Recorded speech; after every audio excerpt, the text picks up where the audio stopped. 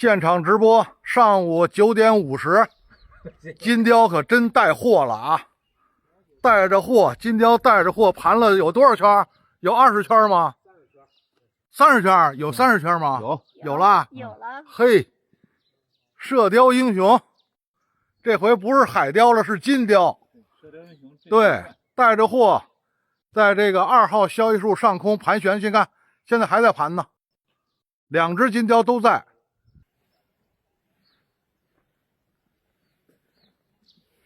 这老师也拍照金雕抓货飞了。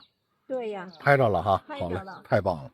它已经盘了很多圈了。哦，还在飞，还在飞。2只。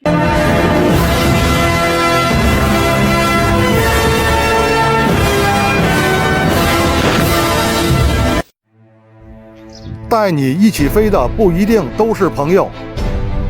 北京房山区金雕带货翱翔现场直播。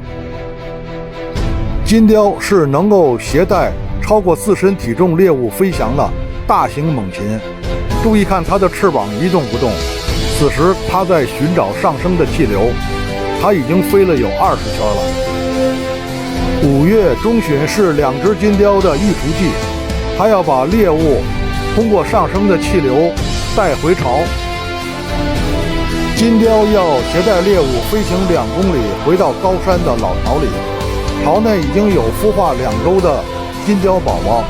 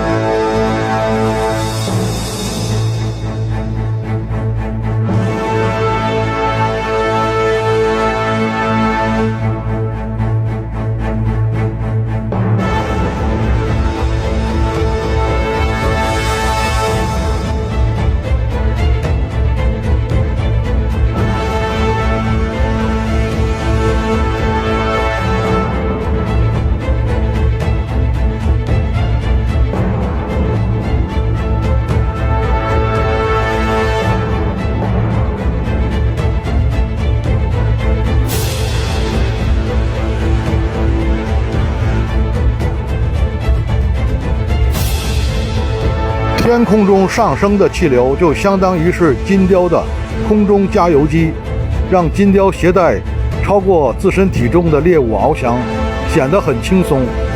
它的翅膀到现在都是一动不动。